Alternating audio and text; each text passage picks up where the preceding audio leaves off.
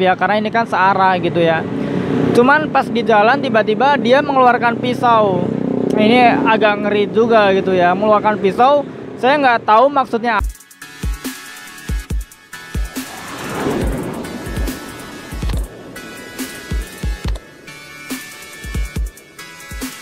Oke, assalamualaikum warahmatullahi wabarakatuh. Ketemu lagi dengan saya Miswan, tentunya di info seputar Gojek. Alhamdulillah ya, kita bisa ketemu lagi setelah sekian lama kita nggak upload video. Jadi video kali ini kita mau ngebahas soal orderan gosen ya. Jadi kemarin lusa lah, atau beberapa hari yang lalu, belum lama ini, ada konsumen yang mengeluhkan bahwa dia itu ngirim akuarium.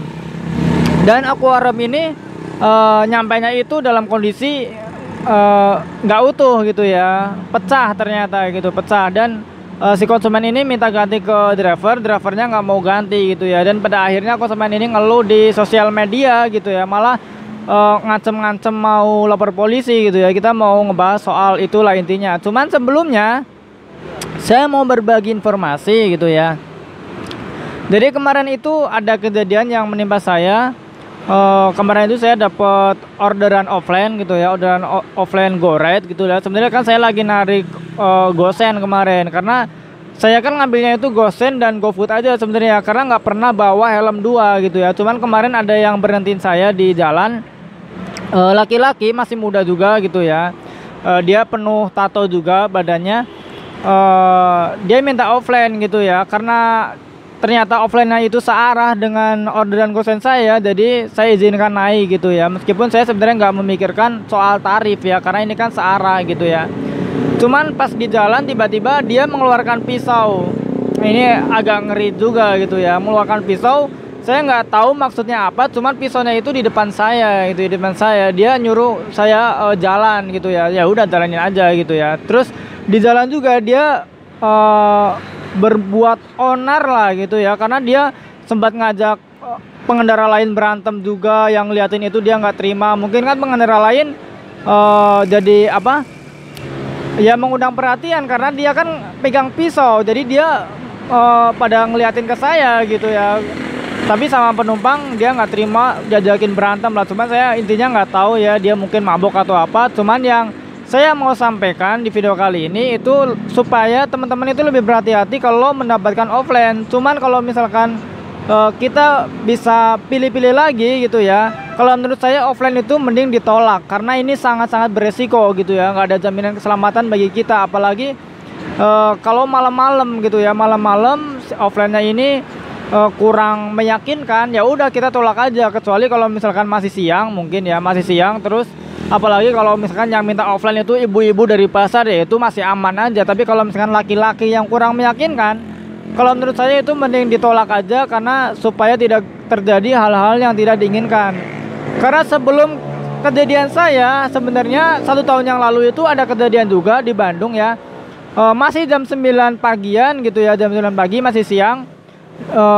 Teman kita itu dapat orderan offline GoRide dan dia itu ditusuk dari belakang gitu ya. Dan ini kan sangat beresiko. Cuman waktu saya kemarin kejadian juga, saya jadi ingat ke kejadian itu gitu ya. Saya juga takutnya ditusuk dari belakang. Cuman alhamdulillah nggak terjadi apa-apa, sampai si pihak konsumen ini yang offline ini turun dengan selamat. Meskipun di sepanjang jalan dia ngajakin berantem sama orang-orang sekitar gitu ya. Nggak tahu maksudnya apa sih gitu. Oke, jadi kita sekarang ke pembahasan utama, yaitu soal gosen gitu ya, soal gosen.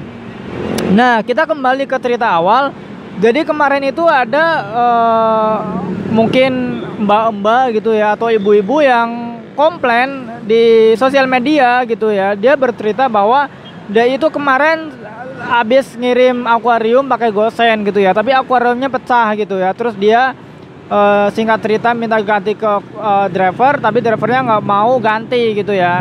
Nah, saya sih cuma mau berkomentar ya. Sebenarnya kalau misalkan untuk orderan gosen ini, nggak semua barang bisa dikirim pakai gosen. Itu pertama gitu ya, karena di gosen juga itu ada aturan-aturannya gitu ya. Mungkin ada pihak konsumen yang belum tahu. Jadi di gosen itu ada aturan-aturannya, kayak panjangnya berapa, beratnya berapa, tingginya berapa gitu ya. Jadi kalau mungkin secara singkat aja ya, kita secara gampangnya aja itu kita nggak boleh lebih dari 75 cm ya untuk panjang kayak gitu ya. Intinya jangan sampai menghalangi penglihatan kita juga gitu ya dari spion. Ya yang saya tahu, yang saya ingat itu nggak boleh lebih dari 75 cm gitu ya. Tapi mungkin kalau misalkan salah, teman-teman bisa koreksi di kolom komentar gitu ya.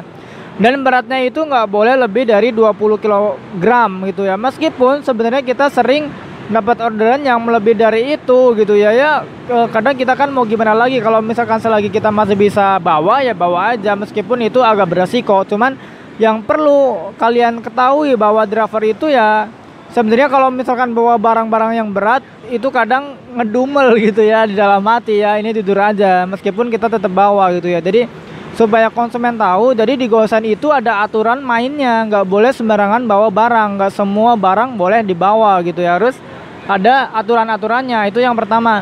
Dan saya mau ngasih mungkin saran kepada driver Gojek yang dia emang mau bawa barang Gosen meskipun dia itu over gitu ya, yang pertama gitu ya. Karena kita sering lihat juga buat teman-teman di jalan itu masih suka bawa barang-barang yang melebihi kapasitas gitu ya. Yang pertama, kalau misalkan teman-teman dapat orderan Gosen yang gampang pecah gitu ya, kalau menurut saya, kalau saya pribadi sih mending cancel aja, karena ini kalau cancel kan lebih mengurangi resiko ya. Tapi kalau misalkan teman-teman terpaksa mau bawa karena mungkin kurang satu lagi untuk ke tupo ya, ya mending teman-teman itu konfirmasi dulu kepada penerima gitu ya. Kita jelaskan bahwa orderan ini sangat beresiko pecah misalkan ya, pecah. Jadi kalau misalkan nanti di jalan ada apa-apa dengan barang ini, nanti seperti apa gitu ya, apakah konsumen ini mau minta tanggung jawab atau enggak gitu ya. Tapi kalau misalkan dari pihak konsumen,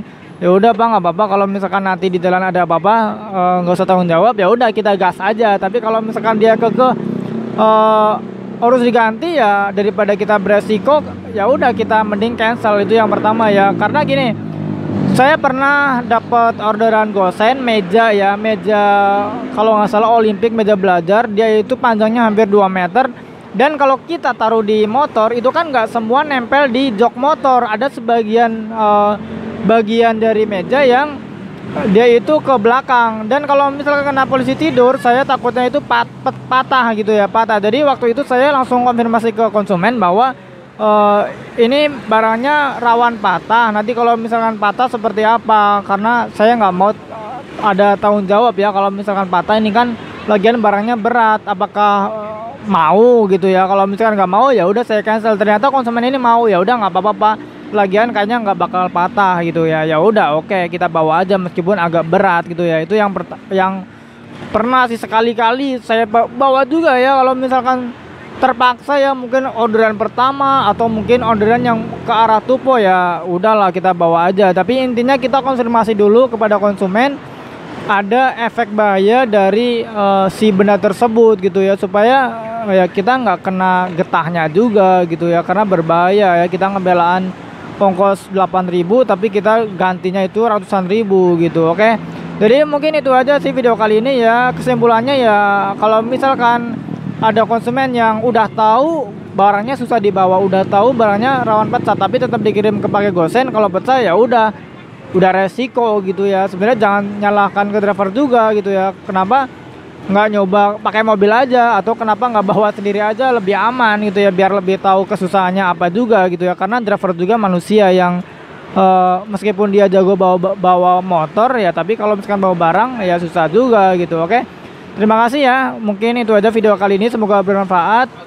Bagi teman-teman yang mau bantu channel ini supaya lebih berkembang lagi, silahkan teman-teman bisa subscribe channel ini. Oke, terima kasih. Wassalamualaikum warahmatullahi wabarakatuh. Salam satu aspal.